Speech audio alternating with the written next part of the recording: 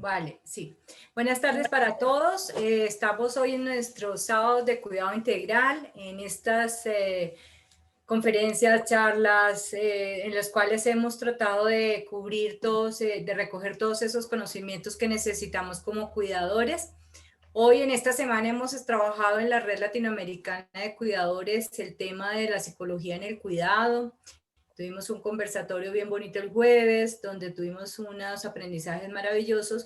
Y hoy tenemos otra vez la grata presencia del doctor Cristian Ríos, psicólogo especializado en terapia cognitiva. Y él nos va a explicar hoy todos esos aspectos importantes que la psicología aporta al cuidado formal, por supuesto, al cuidado de la persona que necesita todos esos apoyos nuestros como cuidadores y que nos va a ayudar a entender mucho de las cosas que nosotros a veces en nuestros comportamientos tenemos, en nuestros hábitos, en esas angustias que a veces también tenemos. Entonces, él nos va a enseñar, por ejemplo, qué quiere decir terapia cognitiva, cómo se aplica, y ya él viajará a través de todos esos conocimientos que tiene. Por favor, siempre necesitamos que apaguemos esos micrófonos, que tengamos toda la atención posible, que tomemos esa disposición de que hoy vamos a aprender algo nuevo, un aprendizaje nuevo que nos va a ayudar para todo nuestro desarrollo. Entonces es muy importante utilizar este recurso, toda esta tecnología es maravillosa si la sabemos usar con orden, igual como si estuviéramos en un salón de clase y con toda la intención, con toda la actitud de aprender, poner esos oídos en plena atención. Y gracias, Cristian, por acompañarnos. Entonces ya, esto ya es el auditorio, ya estamos todos nosotros prestos hoy a aprender cosas nuevas. Muchísimas gracias. Gracias a ti, Claudia y Juan Carlos, por poder brindar estos espacios, sobre todo, ¿no? De aprendizaje y sobre todo donde todos podemos compartir y aprender a la vez. Entonces, como decía Claudia, les voy a pedir que tengamos la posibilidad de apagar los micrófonos. Si acaso lo encendieran, porque voy a compartir ahora la presentación. Les pido desde ya disculpas si los tengo que silenciar a todos. Les pido desde ya disculpas, ¿sí? No se moleste. Solo en caso de que haya mucho ruido y no podamos verificar quién es. Ahora sí, pueden ver en la pantalla. ¿Me confirman? Todavía no, Cristian. Ahora sí. Aún no. A ver, vamos a ver. Not yet. Yes, teacher. Not yet. Ahora sí. Ahora sí, sí. Pero en inglés, profesor.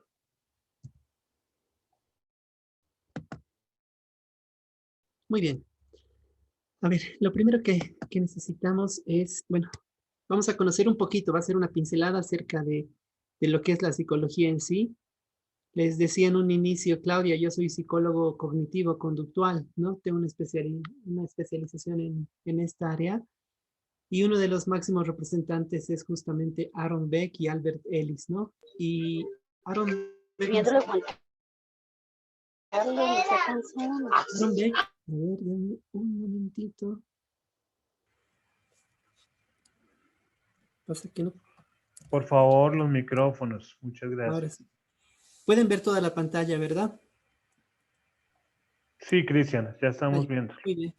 Entonces, quería empezar con esta frase, ¿no? Que es una frase netamente de una corriente cognitiva conductual que dice que las personas sufren no tanto por los hechos, sino por los pensamientos que tienen sobre estos hechos.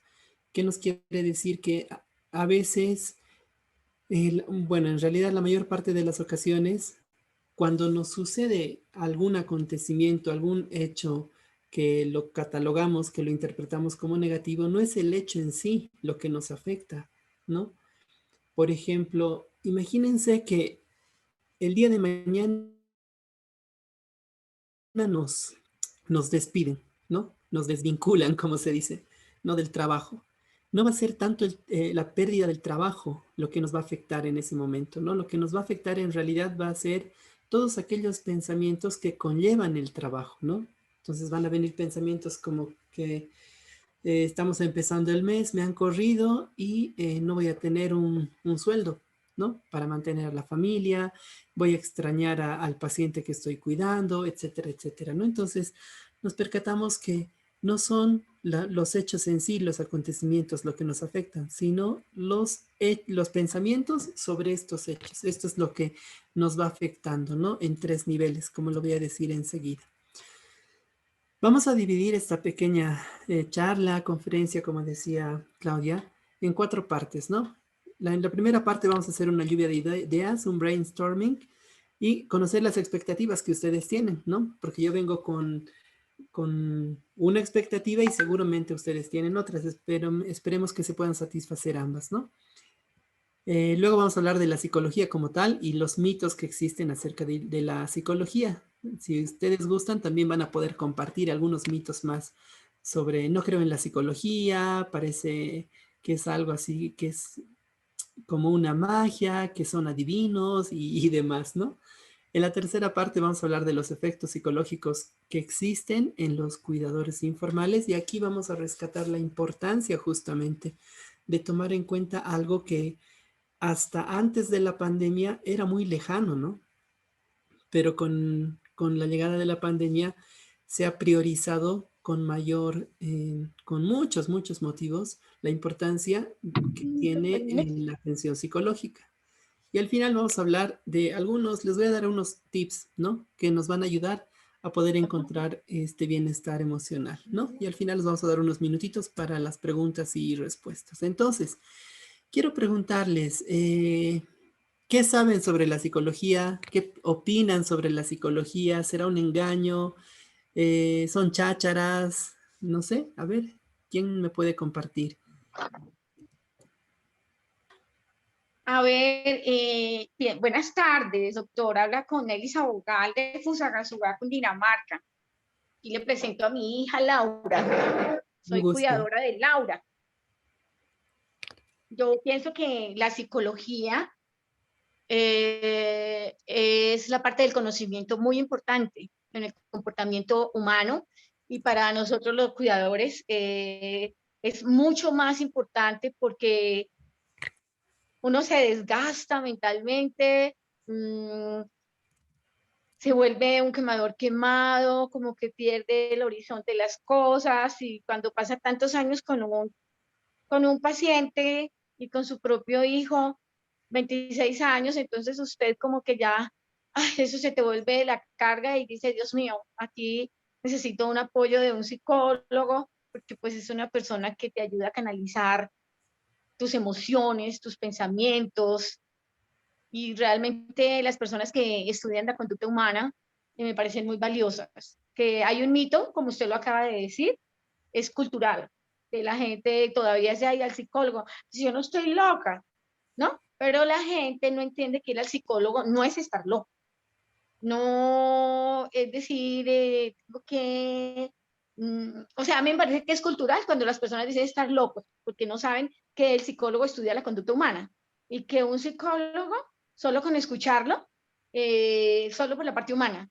que le escucha a uno llorar, que lo escuche sacar todo lo que su alma tiene, lo que su corazón le duele, todos los traumas, todas las cosas que han pasado de su niñez, esas personas que han estudiado para eso, pues entonces saben direccionar las personas, son un gran apoyo porque ven la vida de otra manera, ayudan a crear la conciencia de la realidad de las cosas y de asumirlas. En el caso de los cuidadores, la muerte de los pacientes, el cansancio de los pacientes, entonces uno lo ve como así grande, pero el psicólogo le hace ver a uno las cosas de otra manera. Entonces, es una profesión maravillosa, que ayuda a todas las personas, que no se ve, porque no se ve, tal vez por eso no tiene tanta importancia, porque nadie está viendo lo que usted y yo estamos hablando, entonces como que es un trabajo que la gente no lo valora, porque no hay resultados, no hay impactos, pero Gracias. realmente es maravilloso hablar con un psicólogo. Muchas gracias, Nelly. Excelente. Nos Gracias. hablabas ¿de dónde nos dijiste? República Dominicana. Cristian, eso es un municipio aquí a 1 hora de Bogotá. Ah, ya, es en Colombia. Perfecto. Muy bien, a ver, alguien más, una persona más que nos pueda compartir su percepción sobre la psicología o sobre los psicólogos o si gustan inclusive sobre la psicoterapia. A ver, alguien más. Hola, buenas tardes. Buenas Saludos tardes. desde México. Pues igual, yo creo que los mitos es que no nos gusta ir a los psicólogos porque es nuestro principal pensamiento, no estoy loco. Es lo primero que pensamos, ¿verdad? Cuando alguien requiere un psicólogo, pero nosotros, cuando ya estamos en un proceso de cuidado y de ver que no sabemos cómo expresarnos ante la familia, ante la situación, yo creo que es muy importante ir para sacar todo lo que trae, porque a veces uno no se abre con la familia y necesitamos de un apoyo, de alguien que escuche. Muy bien. Justamente en ambos aspectos que han mencionado Nelly y Elsa van a ir dirigidas, va a ir dirigida esta ponencia, ¿no?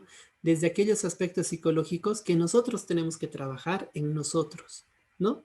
Y en la última parte, si nos da el tiempo, nos vamos a abocar un poquito en aquellos aspectos psicológicos que requieren de nosotros, ¿no? Que la persona a cuidar, el sujeto a cuidar, requiere de nosotros, ¿no? Entonces, ahora sí, creo que otra vez, aquí está. Entonces vamos a responder a algunas preguntas, ¿no? Como que, ¿qué es un psicólogo? ¿Qué hace un psicólogo? ¿Cómo lo hace el psicólogo? ¿Cuándo lo hace? ¿Y para quién lo hace? ¿No? A ver, primero, el psicólogo no es un ser omnipotente que todo lo sabe y que nunca tiene problemas, ¿no? O sea, los psicólogos también tenemos problemas, así como un odontólogo también puede tener caries, un médico también puede tener dolencias, etcétera, etcétera, ¿no? Somos profesionales del área de la salud mental que nos dedicamos justamente a poder aliviar la sintomatología, a descubrir la etiología, ¿no? Que existe en alguna psicopatología y demás, ¿no? Entonces, somos personas que también nos podemos deprimir, ojo, somos personas que también podemos estresarnos, etcétera, etcétera, ¿no? ¿Qué hacemos los psicólogos?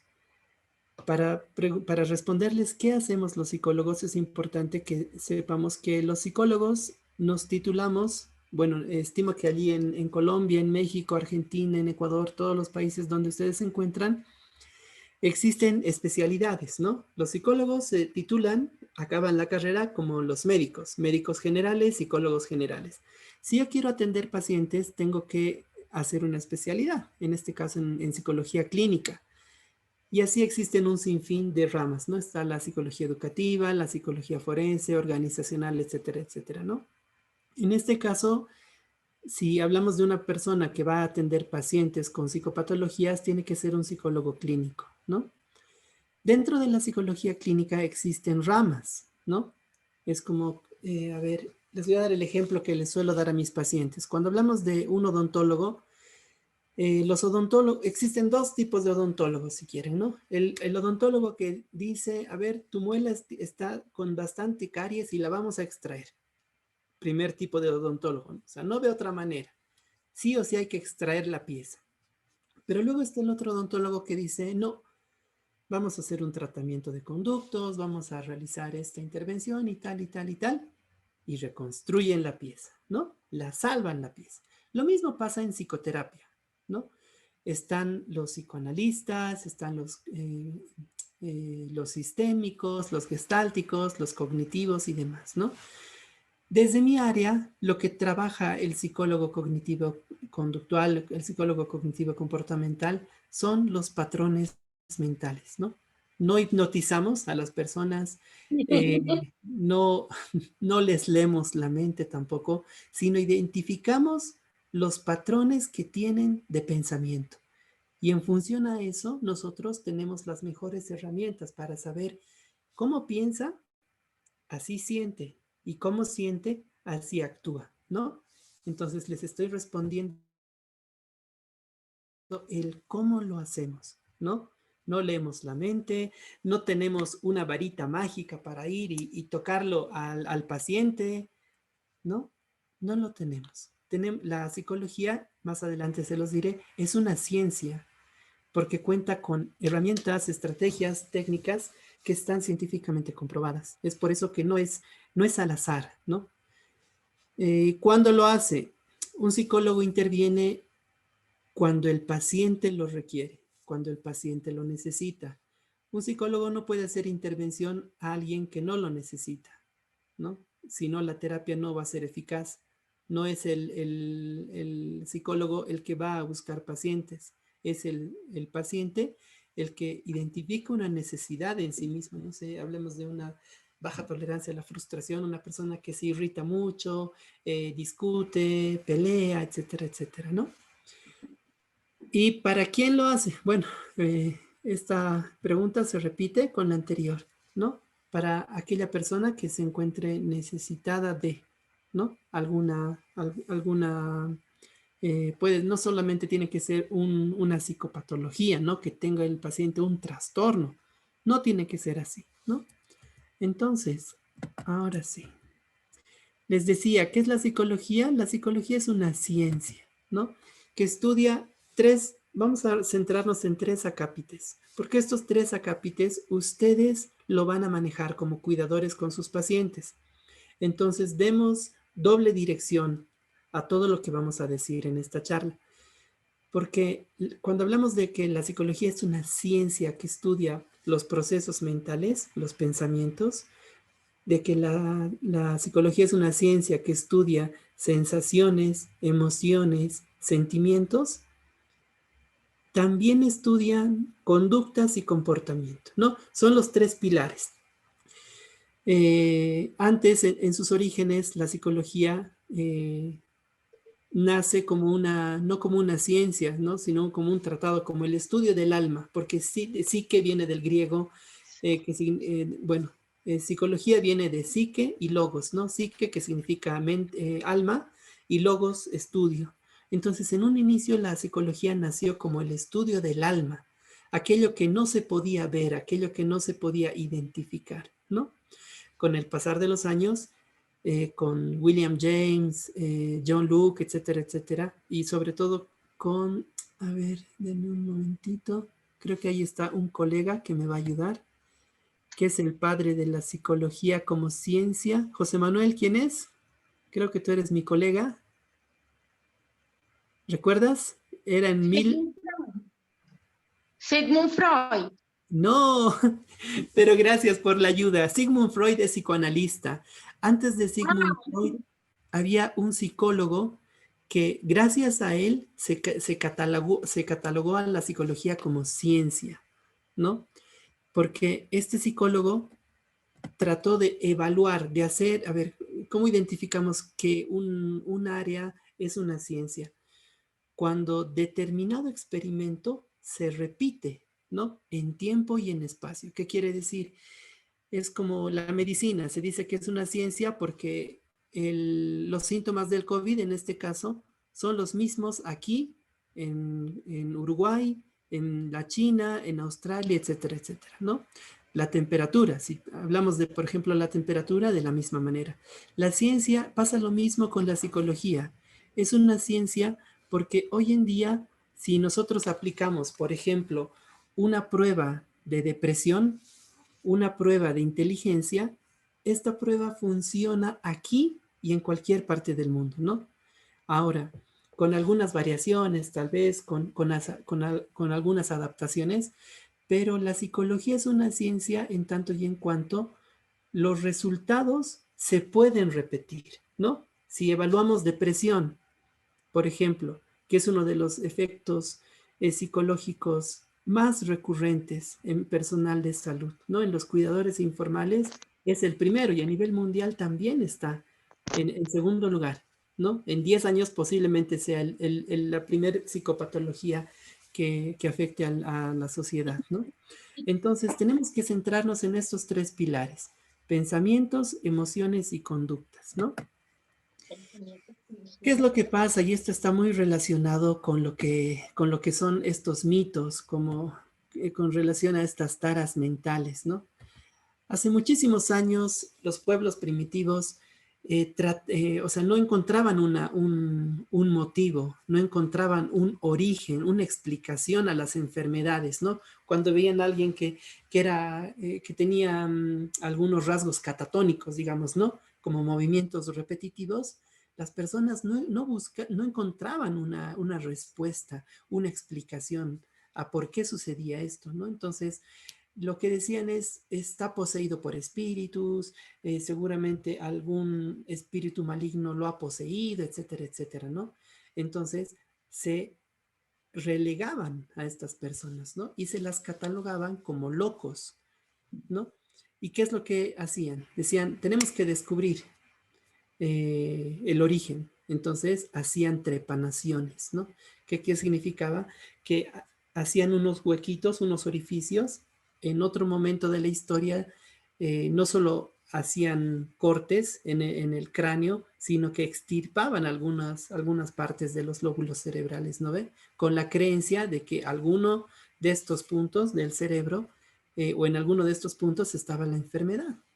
Entonces, lastimosamente, imagínense, miles y miles y miles de años, cuando las personas no encontraban una explicación a alguna psicopatología, decían, está loco, y ahí se quedaba, ¿no?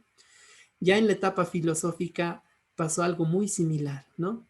Trataban de identificar, les decía, ¿dónde está el alma? ¿No? El hombre es cuerpo, ¿no? Los materialistas con Aristóteles y demás decían, el hombre es cuerpo nada más. Pero vino Platón, que era idealista, y dijo, no, un ratito, los hombres somos, o las personas somos cuerpo y alma, ¿no?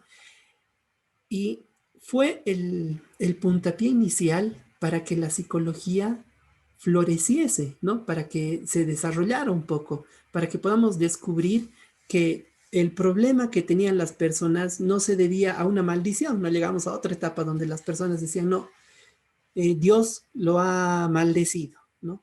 Y tiene esta enfermedad y no puede hablar, ¿no? Hay personas que no podían hablar, habían personas que eran catatónicos, que no podían caminar, habían personas que no podían levantarse, etcétera, etcétera, ¿no? Entonces, estas dos etapas, tanto mítica como filosófica, han influido en la percepción que hoy en día se tiene sobre la psicología, sobre las enfermedades mentales.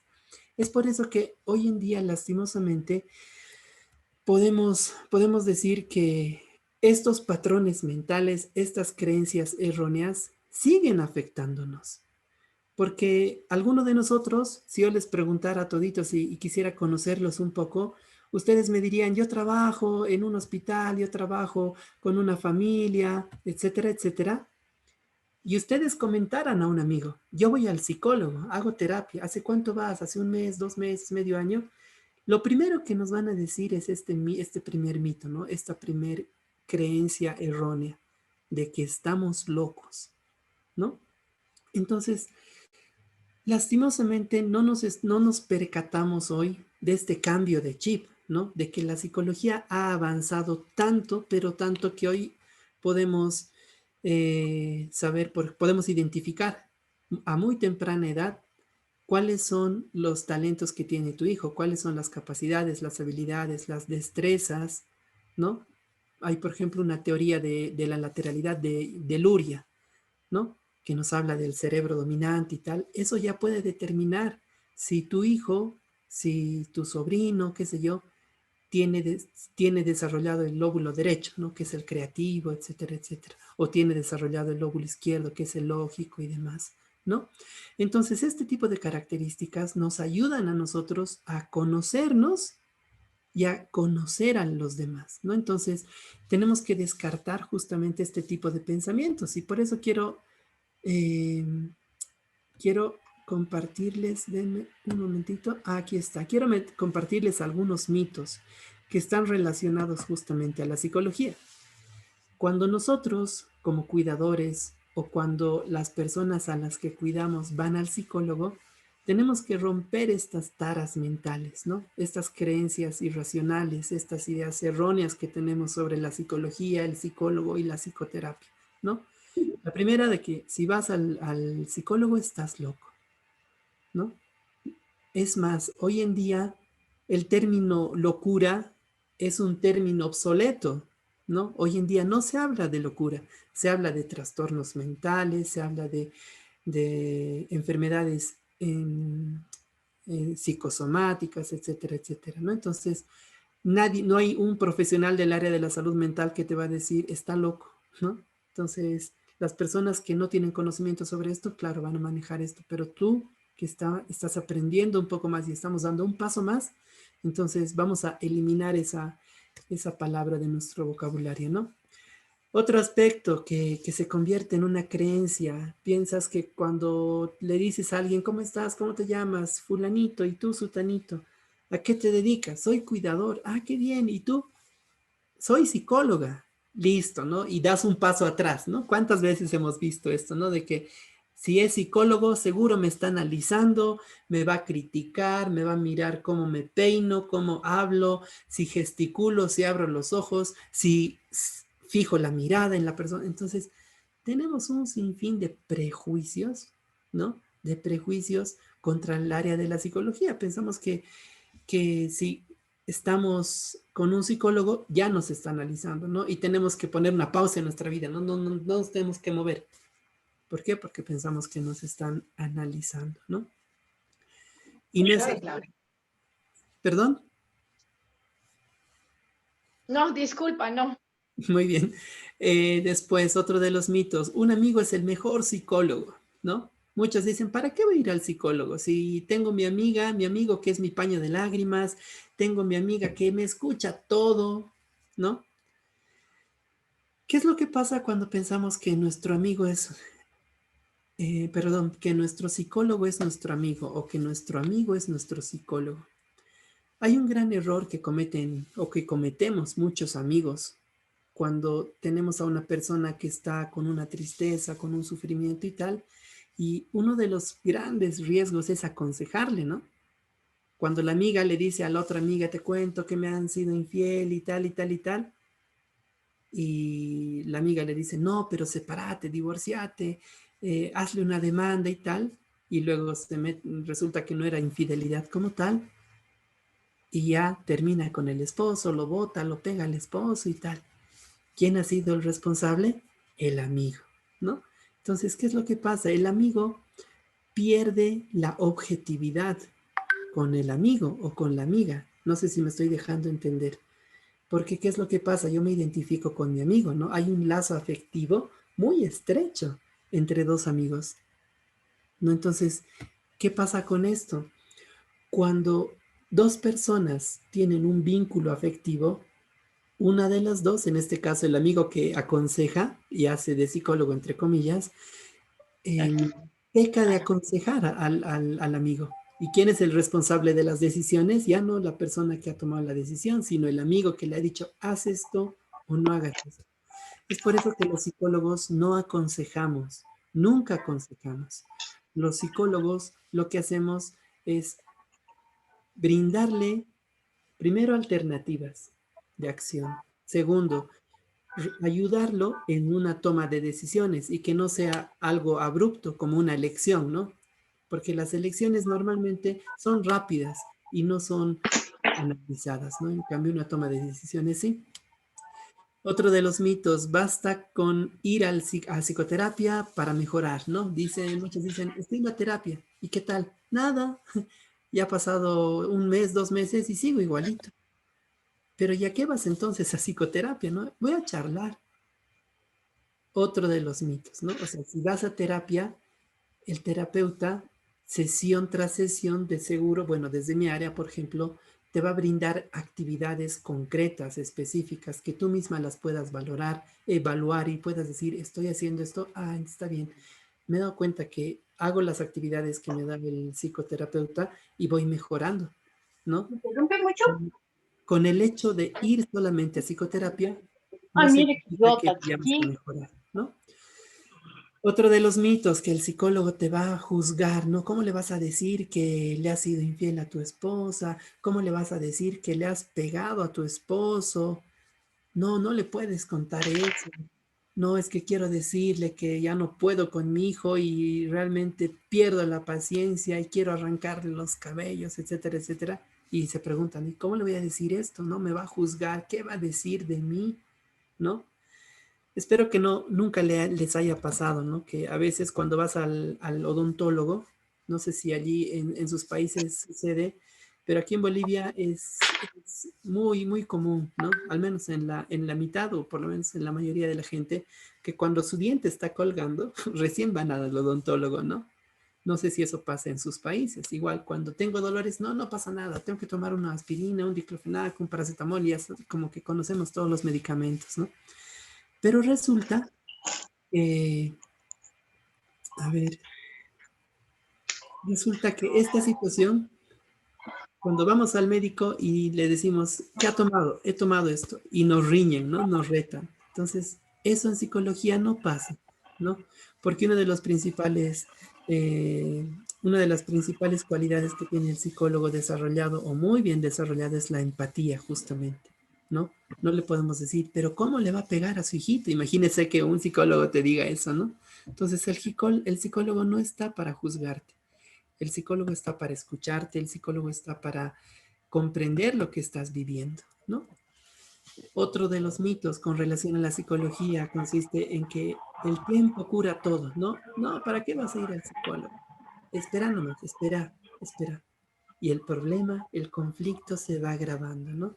El tiempo no lo cura todo, a menos que tú hagas algo, que tomes una acción con el conflicto que estás atravesando, ¿no? Otro de los mitos dice que te curarán con fármacos o psicofármacos, ¿no? Te van a dar ansiolíticos, antidepresivos. No, error. Además que el psicólogo no medica. El que medica es el psiquiatra. ¿Por qué el psiquiatra? Porque el psiquiatra es el que estudia medicina y psicología, ¿no? Entonces puede medicar. Los psicólogos no medicamos. Los psicólogos leen la mente y predicen el futuro. Esto sí que me lo han dicho. Las dos situaciones, ¿no? Como que piensan que nosotros leemos la mente y tenemos una bolita de cristal y sabemos todo lo que le ha pasado. No es cierto, ni leemos la mente ni predecimos el futuro, ¿no? Muchas veces me han dicho, doctor, usted, me acuerdo que tenía un paciente peruano y me decía, usted es bien, ay, ya se me ha ido su frase, pero era una frase bien típica, ¿no? Como que, usted es bien salado, ¿no? Algo así me dijo. Como que lo que le decía que iba a pasar, le pasaba, pero no es que yo predecía el futuro, ojo. Como nosotros estudiamos pensamientos, patrones mentales, emociones, sentimientos, tenemos la posibilidad no de predecir el futuro, pero sí podemos pronosticar conductas, que es muy distinto, ¿no? ¿Qué pasa cuando una persona no puede controlar su ira, su enojo? Y se le explica al paciente que existen niveles de enojo, está el enfado, está la ira, la rabia y la furia. Y cuando ya está en la rabia, le dices, en algún momento vas a agarrar cualquier cosa y le vas a partir la cabeza a tu hijo, ¿no?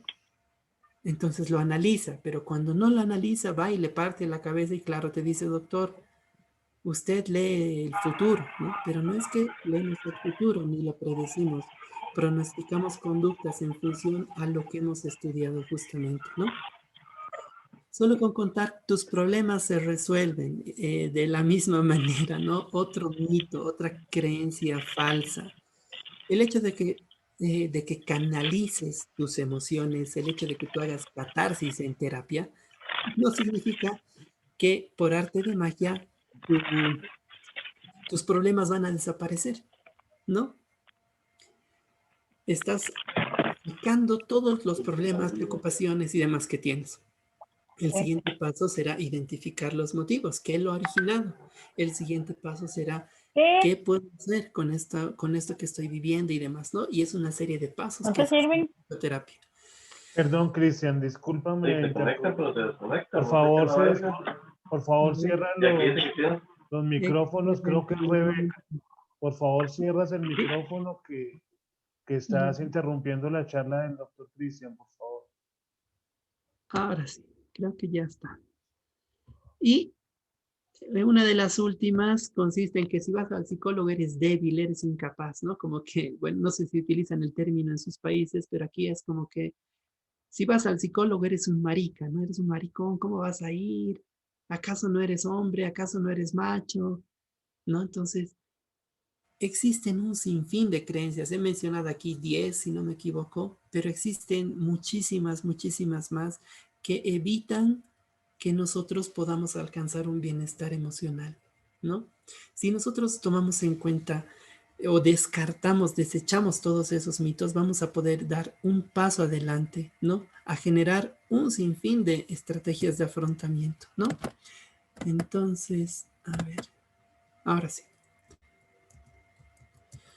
Entonces, quiero hablarles de algunos efectos psicológicos que existen en los cuidadores informales, ¿no? El hecho de que alguno de ustedes sienta algunos de los síntomas que les voy a ir mencionando no es casual. O sea, a ver, ¿cómo les explico? Por ejemplo, uno de los síntomas bastante recurrente, hablando de depresión, ansiedad y estrés, es el insomnio, ¿no? ¿Qué quiere decir?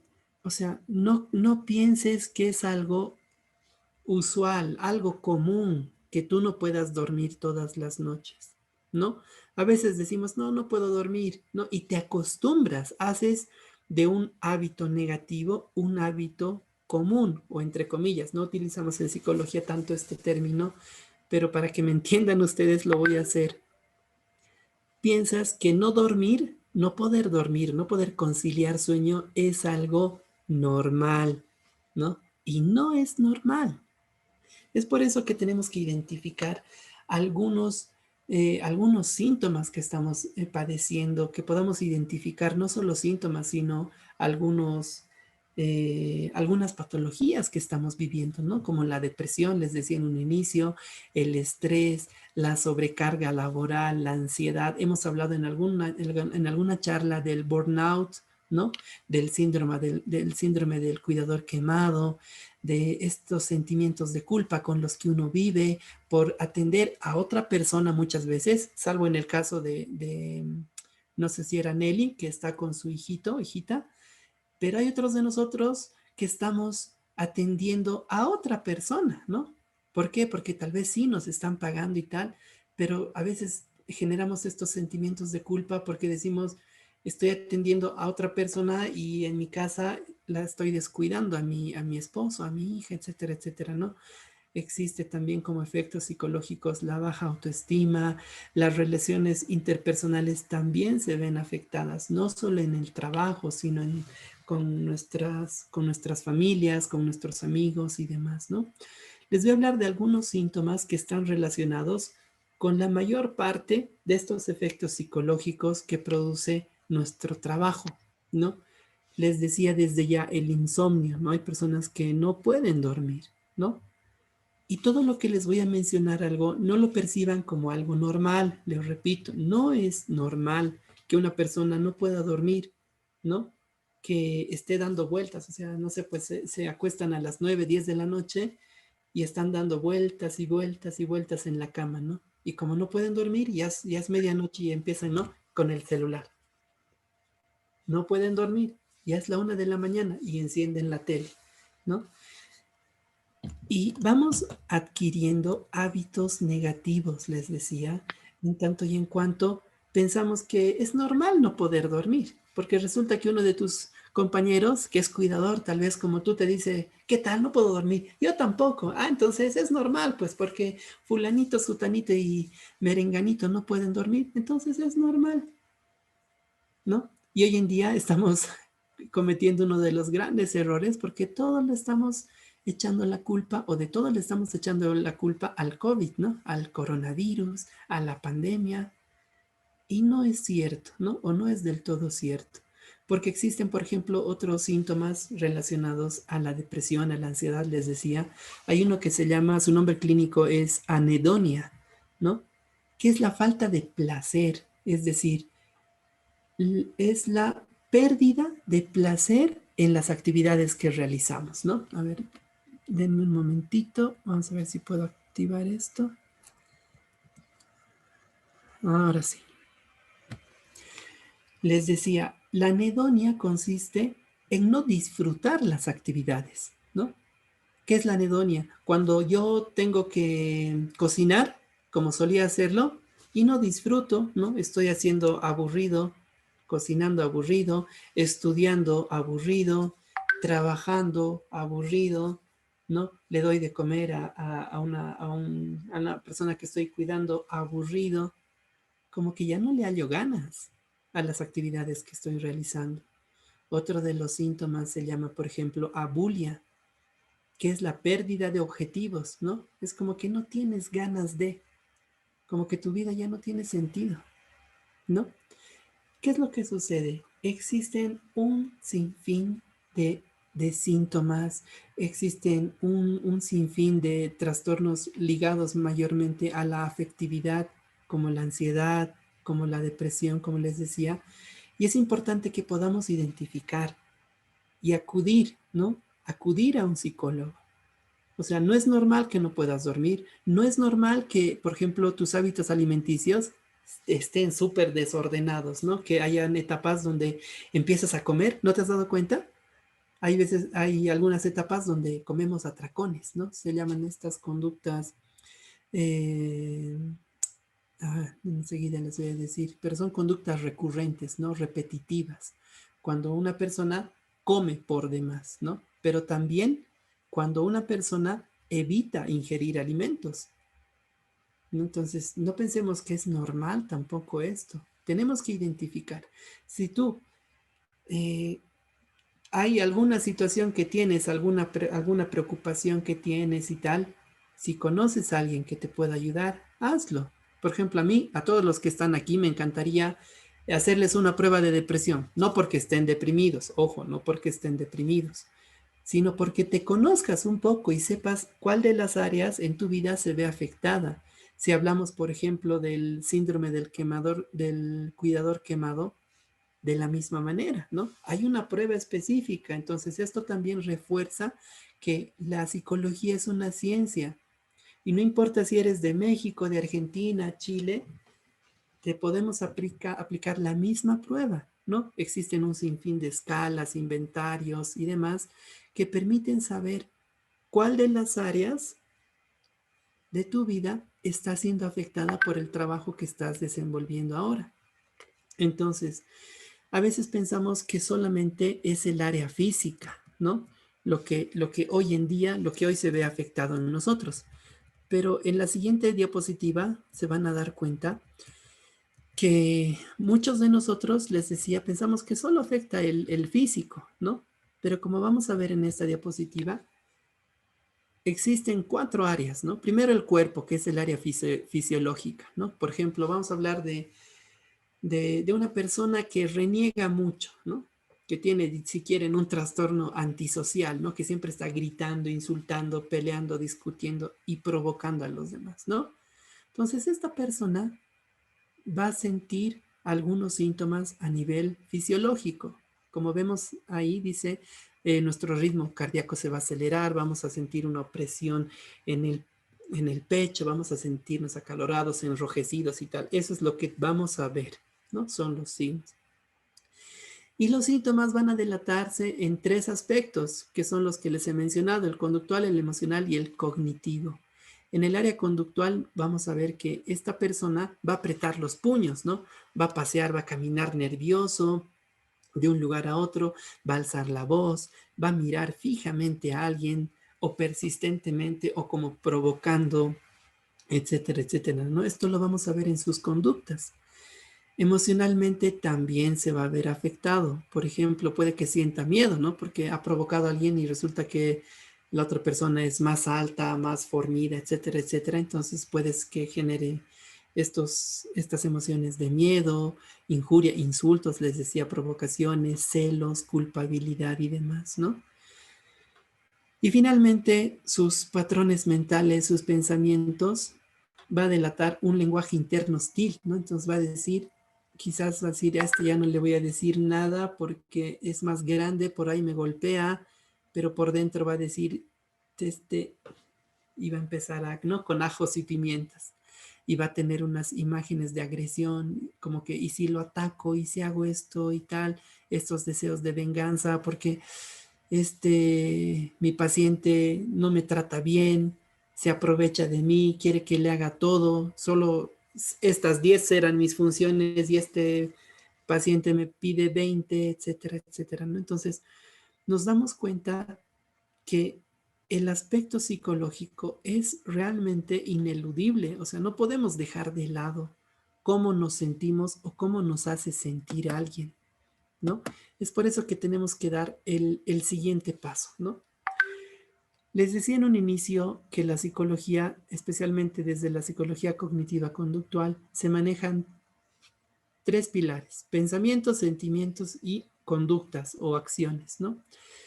¿Por qué la mayor parte de nosotros tiene problemas? Si se fijan en las flechitas que están en la parte de abajo, en la parte inferior, empezamos por acciones. ¿Qué quiere decir?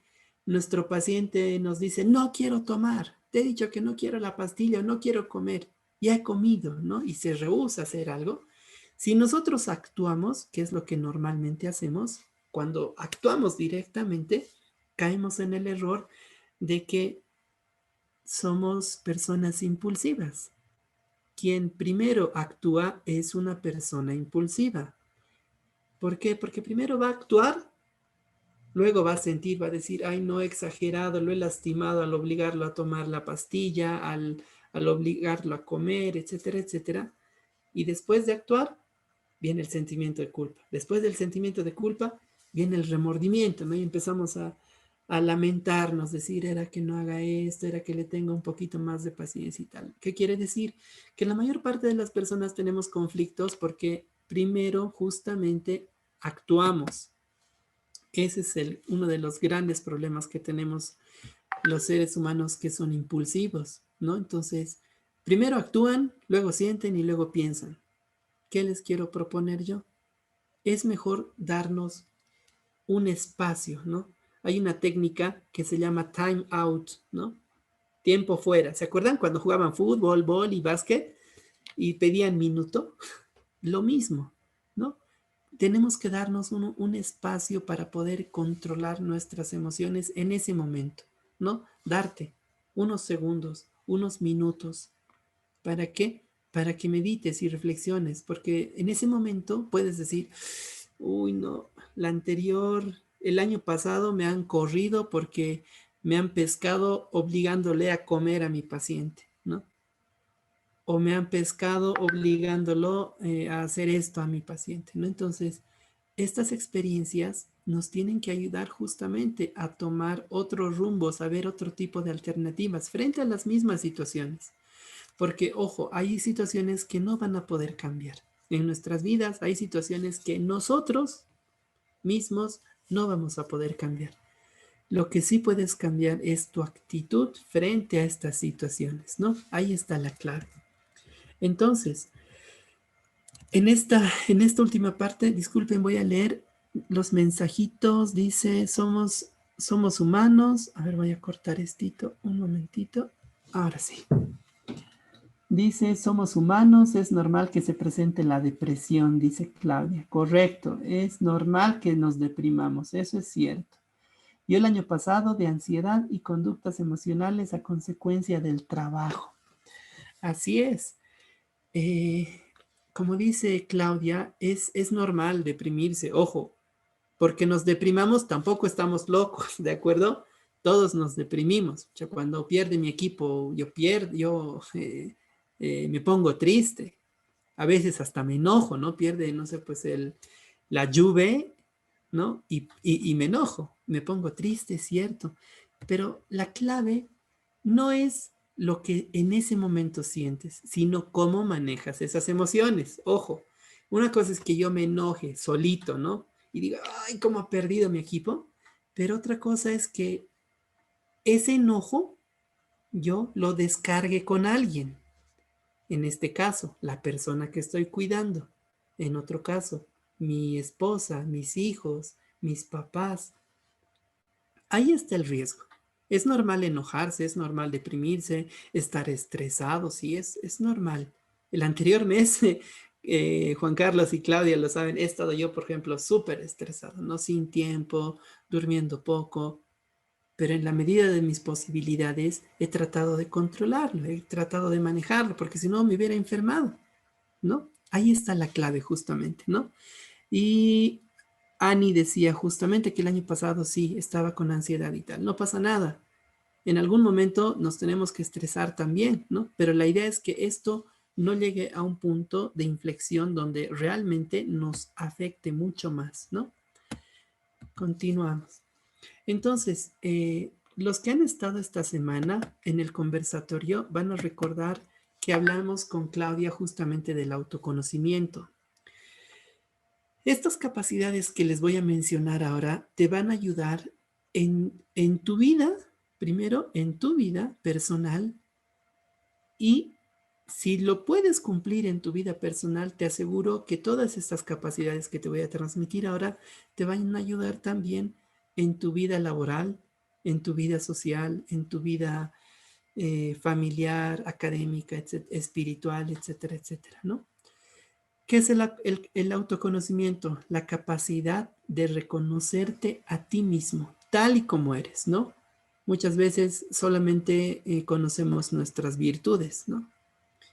Es importante conocernos de manera plena, ¿no? No estoy diciendo que nos vamos a conocer al 100%, pero por lo menos conozcas tus reacciones, conozcas tus flaquezas, tus limitaciones, ¿no? Tus destrezas, en qué cosas eres muy bueno, en qué cosas no eres tan bueno, qué cosas te faltan trabajar hoy en todas las áreas que les acabo de mencionar, ¿no? Otra de las capacidades que tenemos que desarrollar día a día es la autopercepción. Muchas veces, bueno, ¿en qué consiste la autopercepción? La diferencia entre sensación y percepción es la siguiente, ¿no? En facilito se los voy a decir. Sensación es sentir, ¿no? En este momento, a ver, agarra tu dedito, así apretarlo, a ver. ¿Qué sientes? ¿No? Un apretón me vas a decir. Perfecto. Pero si yo te digo, date golpecitos o rasca o acaricia tu mano, ¿va a haber diferencia? ¿Quién me dice? ¿Quién de ustedes me dice? ¿Habrá diferencia? ¿No habrá diferencia? Hay diferencia, ¿no? Sentir, como les decía, se basa en la sensación. En cambio, percepción es la interpretación que le estoy dando a esta sensación. ¿Qué quiere decir esto? Que nosotros tenemos que tener esa capacidad de interpretar qué nos está pasando, la capacidad de que puedas percibir cómo eres realmente, ¿no? No que nos engañemos, no que yo diga, no sé, pues mido 1,80, 2 metros. No es cierto, mido 1,68, o sea, no mido 2 metros, ¿no? Esa es la autopercepción, que me reconozca tal y como soy, ¿no? Sin autoengaños. Y el autoconcepto es otra capacidad justamente que nos ayuda a poder asignarle un nombre a esto que soy, ¿no? Cuando nosotros tenemos esta posibilidad de describirnos y decir de mí mismo, ¿no? Si me describo, yo diría, soy una persona responsable, soy una persona puntual, soy una persona renegona. ¿Se dan cuenta? Ese es el autoconcepto que tengo de mí mismo, ¿no? Estoy armando una estructura de lo que yo soy. ¿En base a qué? A una descripción, ¿no? Entonces es la imagen de uno mismo. Si yo puedo o tengo esta capacidad de poder conocerme, como hemos visto acá, de conocerme, de percibirme y de conceptualizarme o describirme tal y como soy, voy a tener la posibilidad de aceptarme tal y como soy, ¿no? No solamente me voy a percibir como una persona que tiene muchas virtudes, ¿no? Sino también voy a percibirme como una persona que también tiene debilidades, flaquezas, si quieren llamarlos defectos también, ¿no? Entonces, estamos llamados a tener conciencia de nuestras fortalezas, ¿no? De cómo somos, cómo podemos actuar, si me acepto tal y como soy. Y esto, si se dan cuenta, es como un ciclo, ¿no? Como un ciclo, donde una persona que se acepta tal como soy, ¿no? Soy un poco morenito, soy de una estatura mediana, soy digamos que yo fuese así bien gordito, sí, soy gordito, la clave es que pueda desarrollar esta otra capacidad, que es la autovaloración, ¿no? ¿Qué quiere decir? Que si me he aceptado tal como soy, ahora me valoro tal como soy, ¿no? Entonces, en mi trabajo, muchas personas nos vamos a dar cuenta que son bastante exigentes, ¿no? Hay personas que tal vez nos piden un poquito más de lo que podemos dar. Entonces, ahí está la clave, ¿no? De que yo me valore tal y como soy, ¿no? Y si me valoro tal como soy, no voy a permitir que alguien se aproveche también de lo que soy, de lo que puedo dar, ¿no? Todas estas capacidades nos van a conducir a dos grandes capacidades, ¿no? Si no tenemos estas capacidades hasta este punto, es muy probable que nos deprimamos, que nos estresemos, que podamos inclusive sufrir un ataque de pánico, ¿no? Un ataque de ansiedad. Porque una persona que cumple todas estas capacidades va a desarrollar también esta capacidad llamada autodeterminación. ¿Por qué? Porque va a ser una persona que va a aprender a decir no. No sé si a alguno de ustedes les ha pasado que alguien en la familia o en el trabajo les han dicho, haz esto y haz esto y haz el otro. Y te empezó a decir cosas que no eran parte de tus funciones, de los roles que tenías como cuidador, como madre, como hermana, como esposa, ¿no? Y hay alguien más que toma las decisiones por ti. No sé si les ha pasado esto o que tengas que recurrir a terceras personas. Voy, no voy, hago, no hago, ¿no?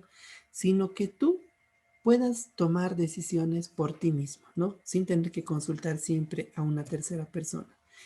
Y esto, como les decía, los va a hacer autónomos. Vas a obtener la capacidad de iniciar proyectos, de incursionar, de inclusive tener algunos emprendimientos, ¿no? Y obviamente poder llevarlos a término, ¿no? Antes de terminar, quiero comentarles de algunas certezas que tenemos que tener, porque es cierto que podemos tener algunos prejuicios hacia la psicología, hacia la psicoterapia o también hacia los psicólogos, ¿no? Tenemos que llenarnos de certezas. Las certezas son seguridades, ¿no? ¿Qué te quiero decir? Que tomes en cuenta que la psicología se basa en estrategias y técnicas que tienen evidencia, ¿no? Que si he utilizado una técnica de reestructuración cognitiva aquí, puede servir en cualquier otro lugar, ¿no? Otra de ellas, a ver, vamos a ver quién es, ya está. Otra, el psicólogo respeta tu privacidad, ¿no? ¿Qué quieres decir? Perdón, Cristian. Leslie, por favor. Leslie, por favor, gracias. Qué pena, Cristian. No te preocupes.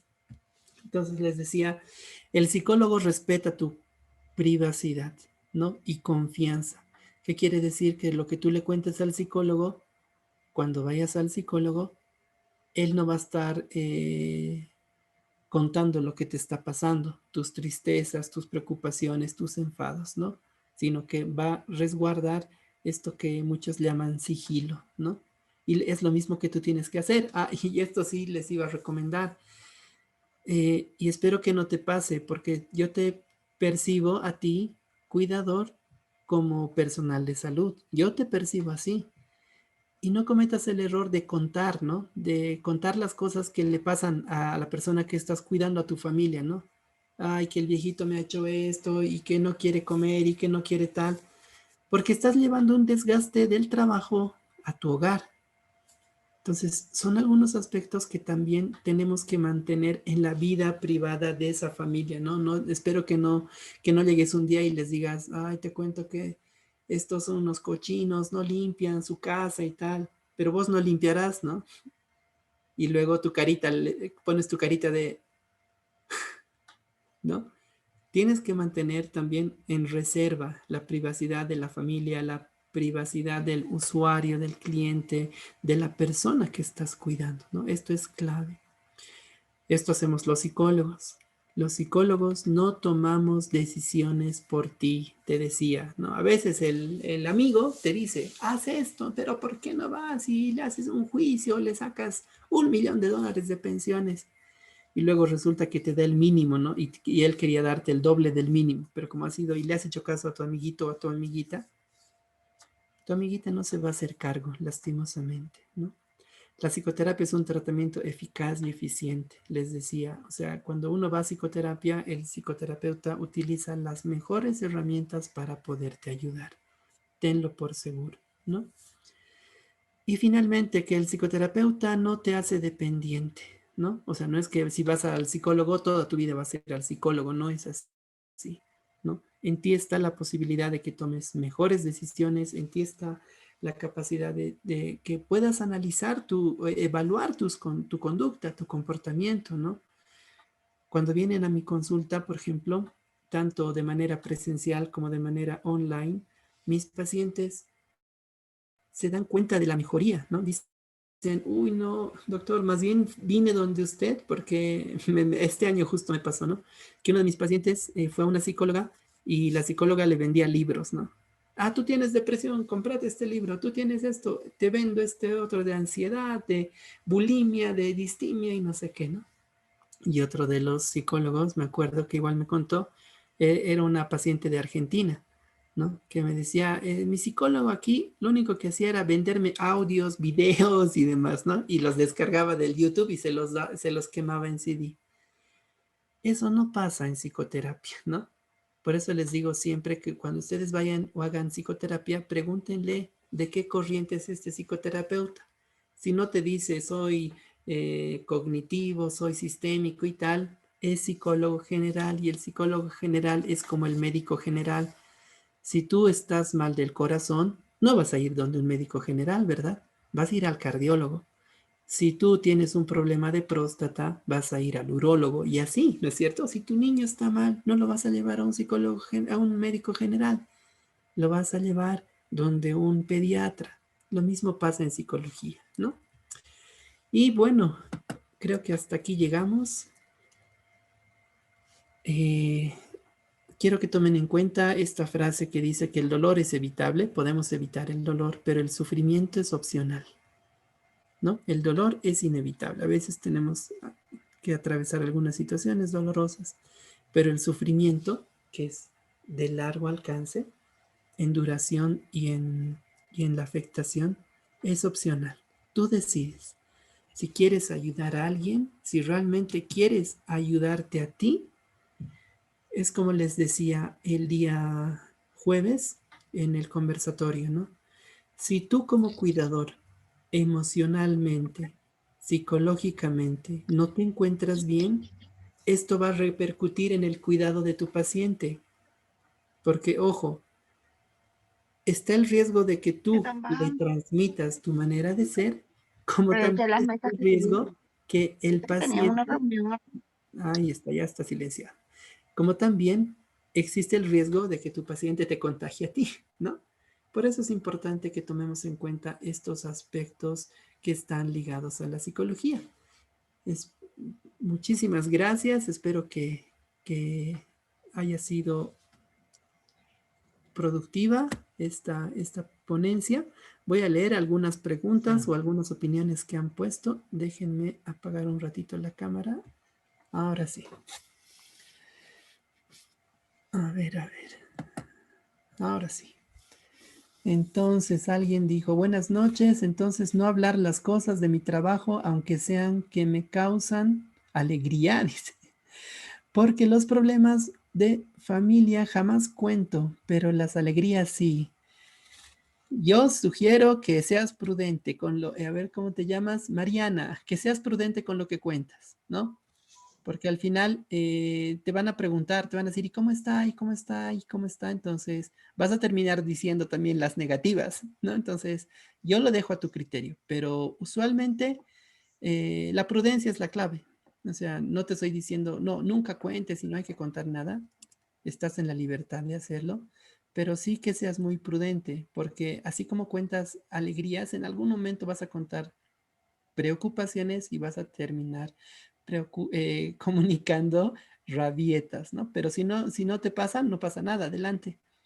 Buenas noches, muchísimas gracias, doctor Cristian. Ángel Quesada, por sus consejos. Un saludo desde Cuenca, Ecuador.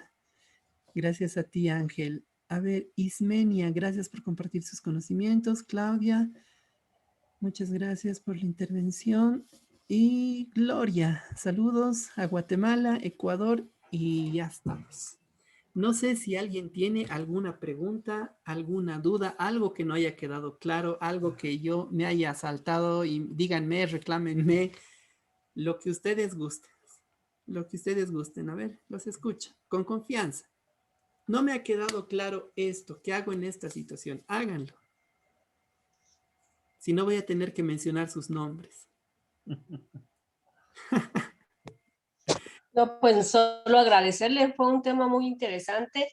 Muchas veces sí no nos damos cuenta que en verdad necesitamos ir con un psicólogo, más en nosotros que estamos al cuidado de algún familiar o de alguna otra persona, ¿verdad? Pero excelente el tema, muchas felicidades. Gracias, Elsa. A ver. Ani, ¿alguna pregunta, duda, algo que no haya quedado claro, tal vez? ¿Sí? Tu micrófono está apagado. A ver, te voy a ayudar a activarlo. Ahí está. No, perdón. No, todo quedó muy claro. Me identifiqué mucho cuando pues se habló del tema de la ansiedad, del insomnio, de todo ese tipo de cosas, porque yo lo estuve viviendo.